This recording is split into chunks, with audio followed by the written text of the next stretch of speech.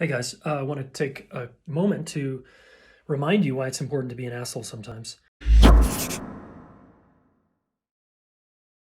Um, in life, there's just not going to be, no matter how relationally skilled you are, or kind, or caring, or whatever, there's just time to be an asshole and block someone on Facebook or set a boundary with family members or exes or friends or whoever.